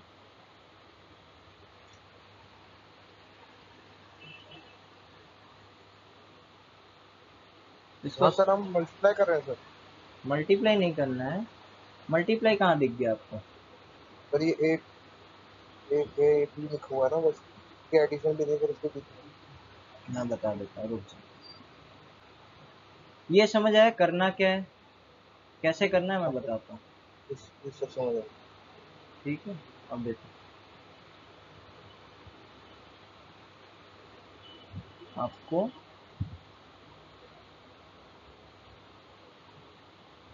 सेम है, स्ट्रेट लाइन मैंने इसीलिए पहले पढ़ाया था क्योंकि सेम लॉजिक आपका वेक्टर में चलता है। ठीक है, देखो ए आपका पॉइंट दिया हुआ है, क्या दिया हुआ है, इसको आप आई जे के फॉर्म में मत रखो, इसको आप 2 -1 1 के फॉर्म में ले लो। ठीक है, अब बी क्या है आपका i -3, तो ये क्या हो गया 1 -3 -5, दिख रहा है आप लोग को, समझ आ गया। सी क्या होगा हिमांशु, 3 -4 -4, राइट, ये समझ आया आप लोग को। अब हमने जो प्रीवियस क्वेश्चन किया था ए बी, ए से B, B to C, C to A, ये हमेशा याद रखना, ये सीरियल वाइज चलेगा, ये सीरियल वाइज चलेगा वेक्टर में, ए बी बी सी कुछ भी मत लेना, फर्क नहीं पड़ेगा, लेकिन स्टैंडर्ड यही होता है। क्यों फर्क नहीं पड़ेगा, क्योंकि जब आप रूट करोगे तो माइनस का स्क्वायर हो जाएगा। ठीक है, लेकिन लिखने का तरीका हमेशा यही रखना कि ए से बी, बी से सी, सी से ए वेक्टर। एंड इसका मतलब क्या होता है फिजिक्स में अगर 3 वेक्टर एक साथ सीरीज में है, इसका मतलब होता है इसका रिजल्टेंट इज 0। समझ आ रहा है, नहीं आ रहा है, क्यों, क्योंकि इसका जो रिजल्टेंट होगा, इसका रिजल्टेंट कैसे होगा, देखो इसको आप फिजिक्स में भी अप्लाई कर सकते हो बाद में, अभी आपका इंजीनियरिंग जब स्टार्ट होगा या ये। अब देखो अगर मैं सिर्फ इन दोनों को लूँ, इन दोनों का मतलब क्या होगा, ये इधर गया, ये इधर गया, इसका रिजल्टेंट क्या आएगा, इस डायरेक्शन में आएगा। समझ आ रहा है, सिर्फ अगर मैं इसको और इसको लूँ, इसको मैं आगे बढ़ा दिया, अब इसका रिजल्टेंट क्या होगा, इस डायरेक्शन में होगा। समझ आया, अब देखो ये डायरेक्शन में और इतना ही ये अपोजिट डायरेक्शन में, तो ये और ये आपका कैंसल आउट हो गया, इसका मतलब ये इक्विलिब्रियम में रहता है। अब समझ में आया, इक्विलिब्रियम, इक्विलिब्रियम मतलब टोटल नेट फोर्स आपका f net will be equal to 0, right. Vector, इसको आप सॉल्व करो, ए बी का वेक्टर मतलब पहले इसको लेना, मतलब ये x1 हो जाएगा, ये तो x2 माइनस x1 करना, 1 -2, 1 -3 आया, -3 माइनस x, ये y2 माइनस y1, ठीक, z2 माइनस z1। इसको एक बार जल्दी से सॉल्व करो प्लीज़, क्योंकि आप लोग प्लस माइनस का मुझे प्रैक्टिस कराना है, आप लोग एग्जाम में गलत करोगे, और सिंपल क्वेश्चन है लेकिन आपसे गलत हो जाएगा। ठीक है, x2 माइनस x1 के केस में आप गलत कर बैठोगे, तो इसको थोड़ा सा जल्दी से क्विक आप लोग एक बार कैलकुलेट करो। हिमांशु समझ आ रहा है आपको, सर चलो बनाओ इसको, जल्दी जल्दी बनाओ। एंड एंड में क्या करना, ये जब वैल्यू आ जाए, इसका मैग्नीट्यूड निकालना, इसका मैग्नीट्यूड निकालना, इसका मैग्नीट्यूड। ए बी का मैग्नीट्यूड क्या देगा आपको, हाइपोटेन्यूज ए सी का परपेंडिकुलर सी बी का बेस। फिर आपको क्या चेक करना है, h square equal to perpendicular का स्क्वायर प्लस बेस का स्क्वायर। समझ आ रहा है, चलो इसको एक बार कैलकुलेट करो आप लोग जल्दी, एंड लेट मी नो कि बना कि नहीं बना।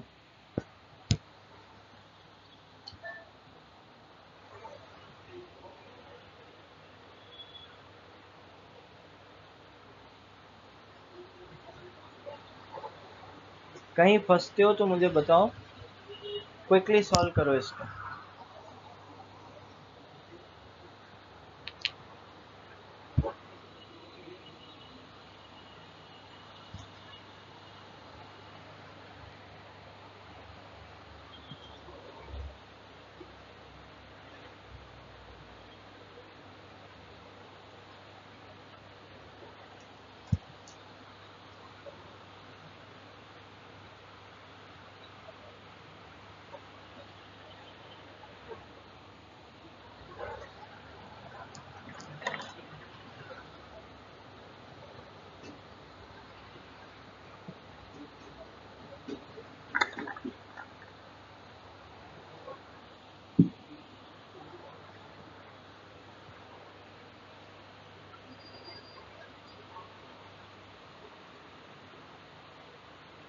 सर हाँ बोलो।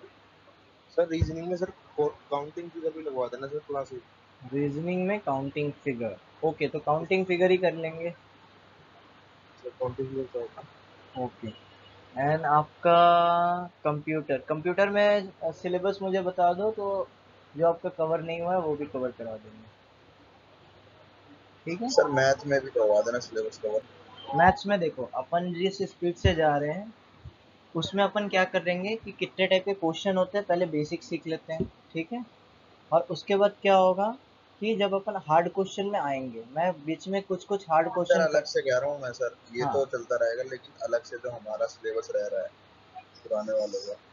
पुराने वालों का क्या सिलेबस रह रहा है बताओगे मुझे, तब तो पता चलेगा मुझे क्या क्या सिलेबस रुका हुआ है। देखो मैंने आपको मैट्रिक्स कराया था, समझ आया था आपको? यस और no? Yash, Yash. Hello, yes sir. हाँ, तो मैट्रिक्स मैंने कराया था, वो समझ आया था। Yes sir. मैट्रिक्स के क्वेश्चन जितने कराए थे समझ आए थे। जी सर। ट्रिग्नोमेट्री कराया था, समझ आया था। Yes sir.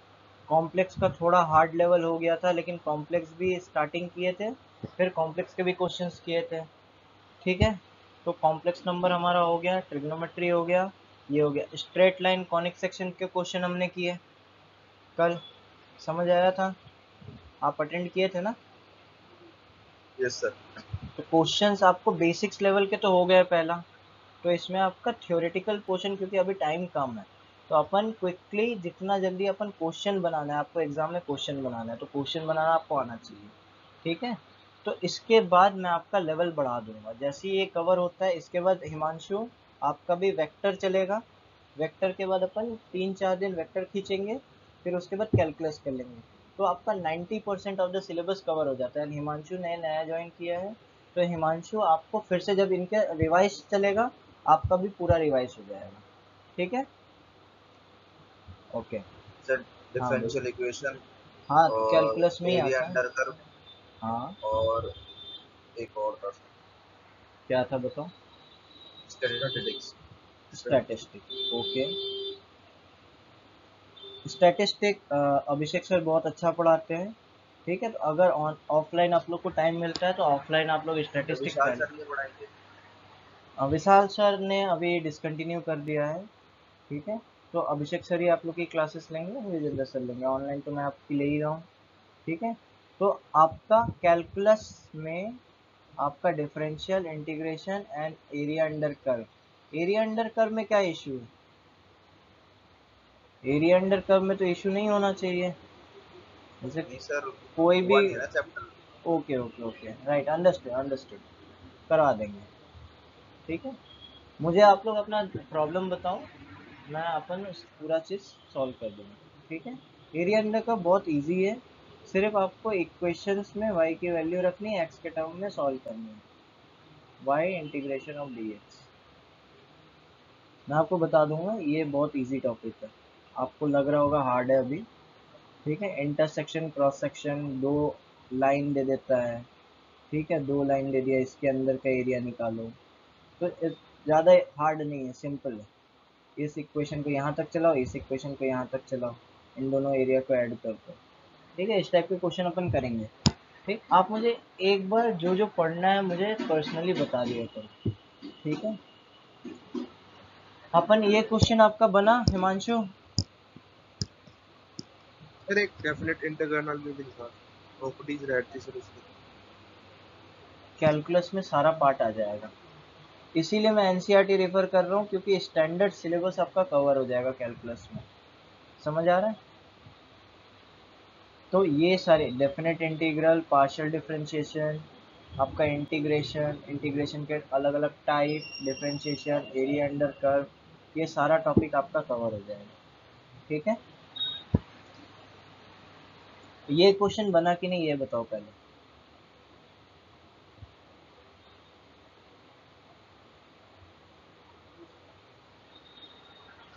हिमांशु ये क्वेश्चन बना, यस और नो?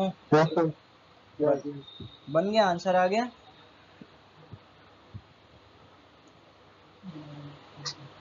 आंसर, आंसर आ गया?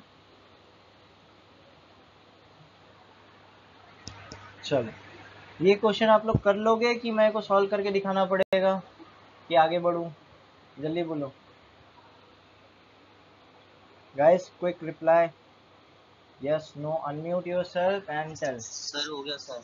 हो गया, ओके। अपन देखते हैं। फाइंड द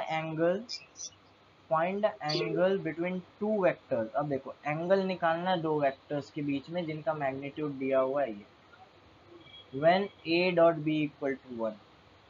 अब एक चीज याद रखो, a डॉट बी, डॉट मतलब वेक्टर में कितने टाइप के प्रोडक्ट्स होते हैं, इसका मल्टीप्लिकेशन a क्रॉस b भी होता है, a डॉट b भी होता है। इसको क्या बोलते हैं अपन? प्रोडक्ट वाला होता है और एक डॉट वाला होता है। डॉट वाला होता है, ये डॉट ही है, ये क्रॉस है। ठीक है, देखो दो टाइप के प्रोडक्ट होते हैं, dot product and cross product. And होता कुछ नहीं है, अगर अपन इसको फिजिक्स से रिलेट भी करते हैं, a b cos theta, a b sine theta, इसका एक्चुअल मीनिंग ये होता है। ठीक है, देखेंगे अपन बाद में, अभी निकालना सीखते हैं मैथ्स में कैसे निकालते हैं। ठीक, आपका क्या दिया हुआ है, a dot b equal to 1 दिया हुआ है सबसे पहला, और ए की मैग्नीट्यूड कितनी दी हुई है, ये, राइट, डन। अब अपन क्या करेंगे कि एंगल बिटवीन टू वेक्टर का मीनिंग क्या होता है, तो इसका सिंपल फॉर्मूला है, अभी आप सिर्फ इसको याद कर लो। थीटा मतलब दो वेक्टर दिया रहेगा, इसके बीच में एंगल निकालने बोलेगा, तो क्या करना है, कॉस इनवर्स, देखो theta cos inverse a dot b, a dot b, ठीक, अपॉन में ए का मैग्नीट्यूड और बी का मैग्नीट्यूड, सिंपल। और आपको ए डॉट बी की वैल्यू तो दी हुई है। जब भी डॉट प्रोडक्ट करते हैं, याद रखना, जब भी डॉट प्रोडक्ट करते हैं, ठीक है, जब डॉट प्रोडक्ट करते हैं तो वैल्यू स्केलर आती है। स्केलर का क्या मतलब होता है, वेक्टर क्वांटिटी हट जाता है, वेक्टर क्वांटिटी हट जाती है, वेक्टर क्वांटिटी हट जाती है, स्केलर वैल्यू आता है, मैग्नीट्यूड आता है, राइट। और जबकि क्रॉस प्रोडक्ट में आपका वेक्टर नहीं हटता। समझ आ रहा है, समझ आ, उसमें वेक्टर रह जाएगा। ठीक है, तो ऊपर में देखो डॉट प्रोडक्ट है, और डॉट प्रोडक्ट का वैल्यू अपने को पहले से दिया हुआ है, तो अपने को यहाँ मेहनत नहीं करनी है, डॉट प्रोडक्ट में वैल्यू डालो। Cos inverse a dot b कितना दिया हुआ था, 1, मॉडुलस ऑफ ए कितना दिया हुआ था, ए, एंड बी का कितना दिया हुआ था, 2, तो cos inverse 1/2। Cos inverse 1/2 Himanshu कितना होता है, कॉस इनवर्स 1/2, कॉस इनवर्स 1/2, देखो cos, right, theta equal to 60, theta equal to 60, right. तो थीटा आपकी वैल्यू निकल गई। थीटा को देखो हमेशा 60 डिग्री कभी नहीं लिखते, जब भी अगर कॉस या साइन के अंदर है 60 डिग्री तो ये सही है लिखना, लेकिन अगर थीटा खुले में लिख रहे हैं या थीटा मल्टीप्लाई कर रहे हैं किसी के साथ 2 थीटा 3 थीटा, तो हमेशा थीटा को रेडियन में लिखना, थीटा थीटा को रेडियन में ही लिखना, ये लिखने का स्टैंडर्ड फॉर्म है, कैलकुलेशन में कभी मिस्टेक नहीं होगा। तो 60 डिग्री को रेडियन में कितना लिखते हैं, पाई इक्वल टू 180, पाई/2 इक्वल टू 90 एंड पाई/3 इक्वल टू 60, राइट। तो आपका थीटा का वैल्यू आ गया पाई/3। समझ आया आप लोग को, done, good to go for next question. अब देखो ये क्या बोल दिया, ये दूसरे टाइप का एंगल निकालने बोल रहा है, और काम अपने को सेम करना है। उसमें अपने को ए डॉट बी की वैल्यू दे दी थी, इसमें ए डॉट बी की वैल्यू अपने को निकालनी पड़ेगी। ठीक है, और डॉट प्रोडक्ट कैसे निकालते हैं, ये दो वेक्टर दिया हुआ है, दो वेक्टर अपने को दिया हुआ है, ए एंड बी। ए की वैल्यू कितनी दी हुई है, आई प्लस जे माइनस के, बी का वैल्यू कितना दिया हुआ, आई माइनस जे प्लस के, and this is theta. Theta निकालने का, दो वेक्टर के बीच में थीटा निकालने का एक ही फॉर्मूला है, cos inverse a vector a dot vector b upon modulus of A modulus of b. सबसे पहले अपन मॉडुलस निकाल लेते हैं, फिर अपन डॉट प्रोडक्ट निकालना सीखते हैं। ठीक है, मॉडुलस ऑफ ए क्या होगा, आई प्लस जे माइनस के का modulus root over 1 square plus 1 square minus 1 plus minus 1 का होल स्क्वायर, ये आ जाएगा आपका √3 आएगा। बी भी कितना आएगा, सेम, बी भी आपका कितना आ जाएगा, सेम √3 आ जाएगा। ठीक, तो नीचे का अभी अपन ए डॉट बी 3.3 √3 तो वेक्टर ए डॉट बी नीचे में 3 आ जाएगा। ठीक है, अब ए डॉट बी कैसे करते हैं, यश बताओगे आप ए डॉट बी कैसे करते हैं?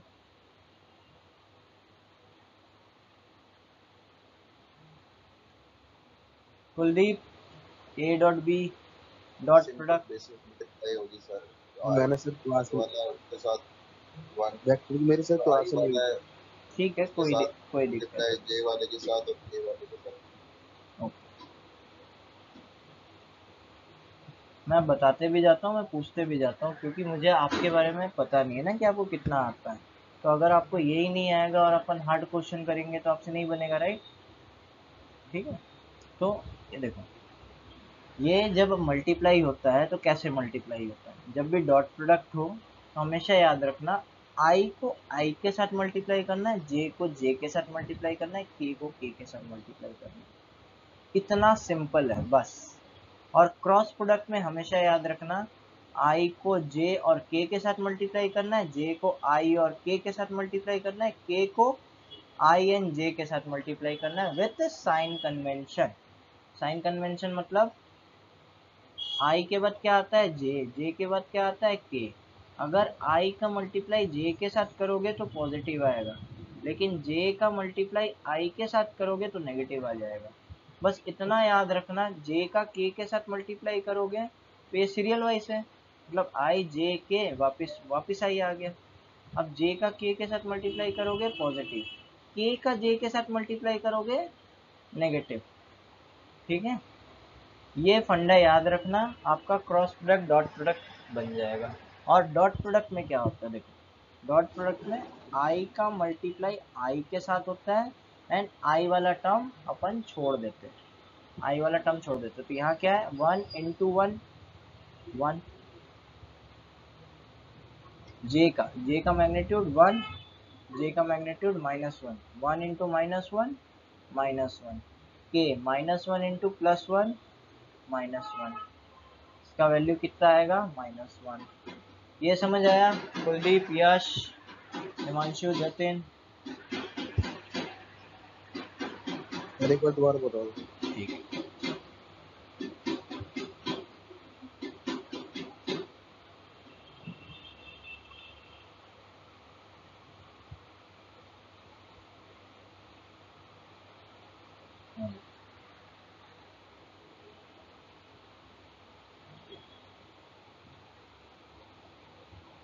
आपका ए डॉट बी निकालना था, राइट? ए लिखो, ए क्या होगा आपका, आई प्लस जे माइनस के। ठीक है, आई माइनस जे प्लस के। ठीक है, इसको अपन क्या लिख सकते हैं, 1 डॉट जे -1 डॉट के, ये लिख सकते हैं। इसको क्या लिखेंगे, 1i -1j प्लस 1k। ठीक है, अब मैं बोल रहा हूँ i का टर्म i के साथ मल्टीप्लाई कर दो, कोफिशिएंट, बस इसका इसका मल्टीप्लाई करो। j का -1 कोफिशिएंट है, इस j का 1 कोफिशिएंट है, इसको और इसको मल्टीप्लाई करो। ये समझ आया? अपन एक काम करते हैं, एक डॉट प्रोडक्ट अपन थोड़ा अलग वैल्यूज का लेते हैं और आप लोग बताओ क्या आता है आंसर। ठीक है, अपन क्या करते हैं, ए ले लेते हैं, A equal to 2i minus 3j plus 5k। ठीक है, बी ले लेते हैं अपन 4i minus j plus 3k। अब इसका मुझे डॉट प्रोडक्ट बताओ, लिखते कैसे यही बस बताओ, कैसे लिखेंगे। 2i minus 3j plus 5k आपका 4i माइनस j प्लस, 26 आ रहा ना। मुझे नहीं पता, मुझे कैलकुलेट करके देखना पड़ेगा, है ना। देखो कैलकुलेशन बताओ पहले, 2 इंटू 4, ठीक, minus 3 into -1 plus 5 into 3, right. 2 चौके 8 प्लस 3 प्लस 15, 8 3 11 प्लस 15 26। ठीक है, राइट। सेम अपन इस क्वेश्चन को बनाएंगे। देखा यश, आपने एनसीईआरटी पढ़ रखा है, इट्स गुड, लेकिन अगर मैं बेसिक नहीं बताऊंगा तो बाकी लोग वो क्वेश्चन नहीं बना पाएंगे, समझ रहे हो।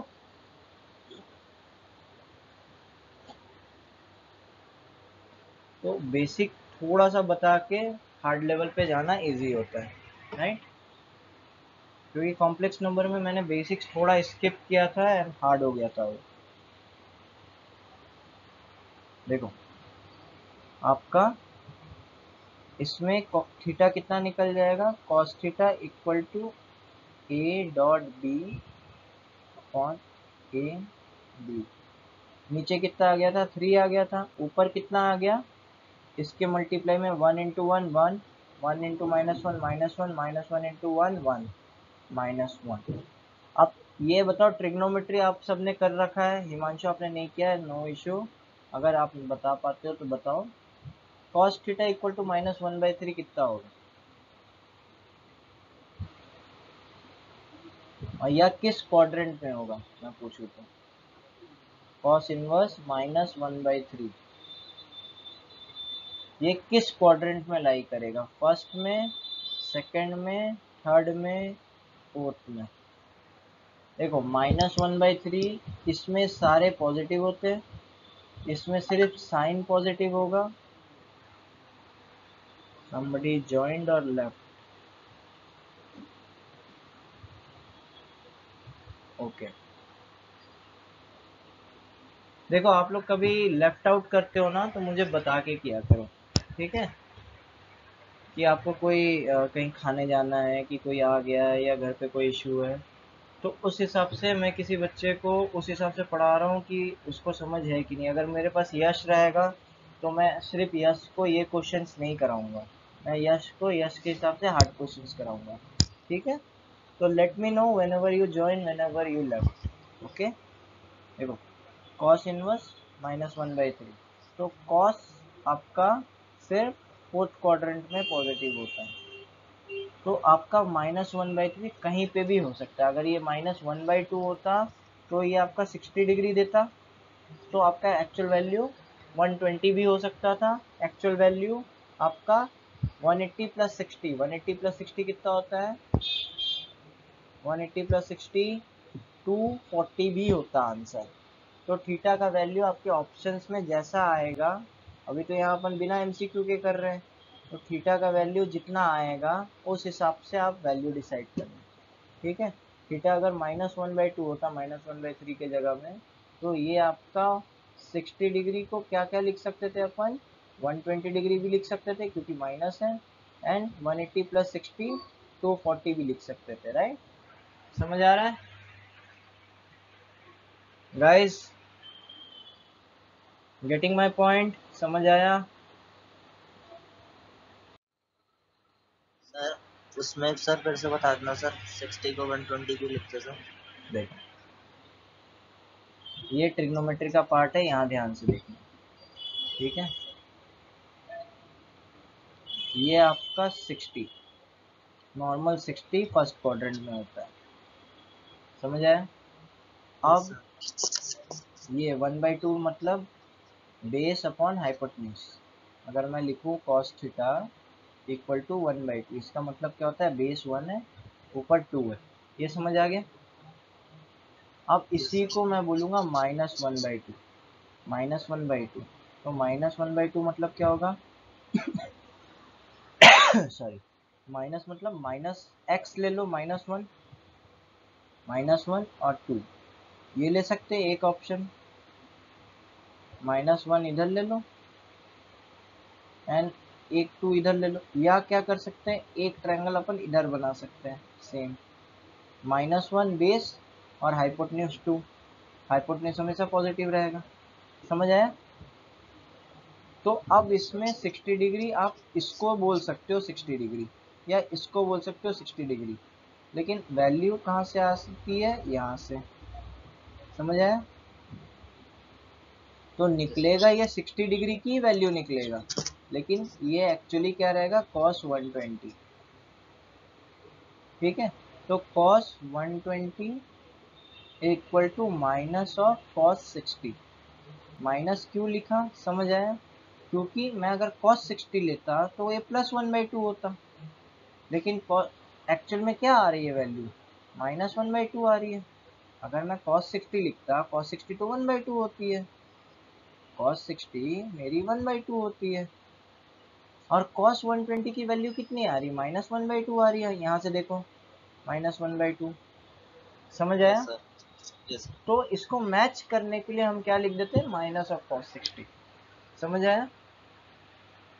तो हमेशा याद रखना cos और sin 90 प्लस माइनस थीटा क्या हो जाता है, साइन थीटा, और ऊपर में प्लस माइनस जैसा भी चेंज होगा बताता हूँ कैसे, और एक होगा आपका cos 180 plus minus theta, change किस में होगा, cos थीटा में, plus minus according to quadrant, according to quadrant, quadrant मतलब जिस क्वाड्रेंट में 90 प्लस थीटा लाई करेगा ना, अगर 90 प्लस 10 कर दूंगा तो सेकंड क्वाड्रेंट चला जाएगा, 90 प्लस 10 इधर आ जाएगा, और 90 माइनस 10 इधर आ जाएगा, इसके हिसाब से सामने का प्लस माइनस डिसाइड करना, ठीक है, समझ आया, जतिन था शायद ना।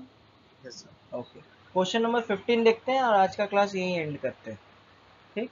क्वेश्चन नंबर 15 बताओ, देखो ए वेक्टर है, बी वेक्टर है, then show that vectors A plus B and A minus B are perpendicular, A plus B and A minus B are perpendicular. तो पहले चीज समझ लो कि A plus B and A minus B क्या होता है, ए आपका ये है, बी आपका ये है, ये आपका निकलेगा पैरेललोग्राम थ्योरम, ऐसा बनेगा, ठीक है। सी आपका किधर आएगा, इधर आएगा, ये लाइन ध्यान से देखो,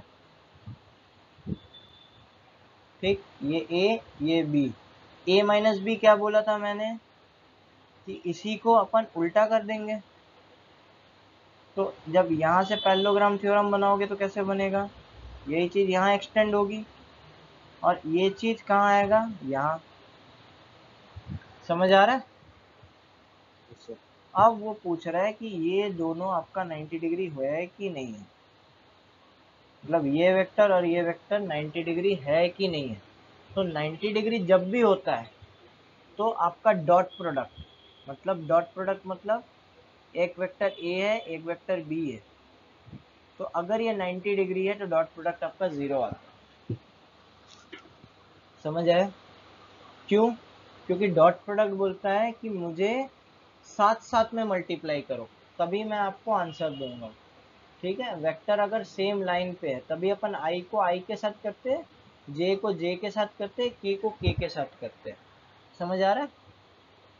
और यहाँ पे क्या मिल रहा है मुझे, एक इस डायरेक्शन में इस डायरेक्शन में, तो मैं तो साथ में मल्टीप्लाई कर ही नहीं सकता, आई इधर मुझे आई मिलेगा ही नहीं, ये तो जे का टर्म है, और जे का इधर मुझे कुछ नहीं मिलेगा, तो डॉट प्रोडक्ट क्या आ जाएगी मेरी, 0 आ जाएगी, समझ आया,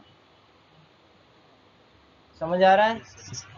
तो मुझे क्या करना पड़ेगा, सबसे पहले a plus b a minus b निकालो, a plus b a minus b आप निकाल लोगे, सिंपल वेक्टर एडिशन, फिर अपने को क्या करना पड़ेगा, a प्लस बी और a माइनस बी, ये नया वेक्टर बन गया, याद रखना, c बन गया, ये d बन गया, इन दोनों का डॉट प्रोडक्ट कर दो, c डॉट d, और इसमें आगे पीछे कहीं भी रख सकते हो आप, कोई दिक्कत नहीं है, ठीक है। डॉट प्रोडक्ट में हमेशा वैल्यू आती है, राइट। आप इसको c डॉट d, ये दोनों आपका जीरो आना चाहिए, c डॉट d आपका जीरो आना चाहिए अगर दो वेक्टर परपेंडिकुलर है तो। आपने क्या सीखा कि अगर दो वेक्टर परपेंडिकुलर है तो अपन क्या निकालते हैं, डॉट प्रोडक्ट। अगर इसी में क्रॉस प्रोडक्ट भी होता है, अगर दो लाइन पैरेलल है तो अपना क्रॉस प्रोडक्ट क्या आ जाएगा, तब अपन क्रॉस प्रोडक्ट निकालते हैं, क्रॉस प्रोडक्ट जीरो आता है, ठीक है। तो इसी के साथ अपन आज का क्लास एंड करते हैं, ठीक है। Okay guys. Sir cross product में सर जैसा आपने बताया आई जे मल्टीप्लाई करना पड़ता है, yes yes yes yes yes. I j j k. देखो मैं थोड़ा सा हिंट दे देता हूँ, बाकी जब अपन क्वेश्चन करेंगे तब अपन सीखेंगे, ठीक है। क्रॉस प्रोडक्ट में क्या होता है, आपका a क्रॉस b, ठीक है। फॉर एग्जांपल ले लो 2i minus 3j plus 5k, ठीक है। इसका क्रॉस प्रोडक्ट करना है किसके साथ, मुझे करना है, किसके साथ करोगे, एक वैल्यू सर बताओ, कोई सी, अच्छा सर ये तेरे कोई सी भी वैल्यू वाई ले को लो, हाँ। i plus 3j minus 5k ले लेते हैं, राइट। अब इसका मल्टीप्लाई कैसे होता है, देखो सबसे पहले 2 को मल्टीप्लाई करना है किसके साथ, i के साथ मल्टीप्लाई नहीं करना है, क्योंकि साथ में मल्टीप्लाई करोगे तो जीरो हो जाएगा। 2 का मल्टीप्लाई करना है j के साथ, तो 2 इंटू 3 लिखो, और i into j, i into j क्या बनाएगा, k बनाएगा, लेकिन पॉजिटिव बनाएगा कि नेगेटिव बनाएगा, i के साथ j मल्टीप्लाई हो रहा है, i j k i, ऐसा याद रखना, i j, पॉजिटिव तो ये पॉजिटिव बनाएगा, ठीक है। अब i का ये दो है, इसको आप k के साथ मल्टीप्लाई करो, तो ये देखो इसका माइनस अलग है, इसका माइनस 2 इंटू माइनस 5, ऐसा लिख लो, 2 इंटू माइनस 5। अब i और k क्या बनाएगा, j बनाएगा, लेकिन पॉजिटिव बनाएगा कि नेगेटिव बनाएगा, तो i j, देखो ये i और k और i स्टैंडर्ड होता है, लेकिन ये i k कर रहा है, तो इसमें आ जाएगा माइनस जे माइनस 5, ये बन जाएगा आपका प्लस 10j। समझ आया कुलदीप, सर ठीक। ये लंबा चलता है, एक का दो दो टर्म बनेगा, मतलब टोटल 6 मल्टीप्लीकेशन होंगी, ठीक है। इसी तरीके से आप j का करोगे, j का i और k के साथ करना, तो जे आई उल्टा होता है तो माइनस के बनेगा, जे के करोगे तो ये सेम है, तो प्लस आई पॉजिटिव बनेगा, ठीक है। और नॉर्मल मल्टीप्लिकेशन सामने जो भी प्लस माइनस है, समझ आ गया। ओके, तो नेक्स्ट कुछ क्वेश्चन छूट रहे हैं, ठीक है, अपन इसको नेक्स्ट क्लास में देखते हैं, ठीक है। Okay guys, so we'll end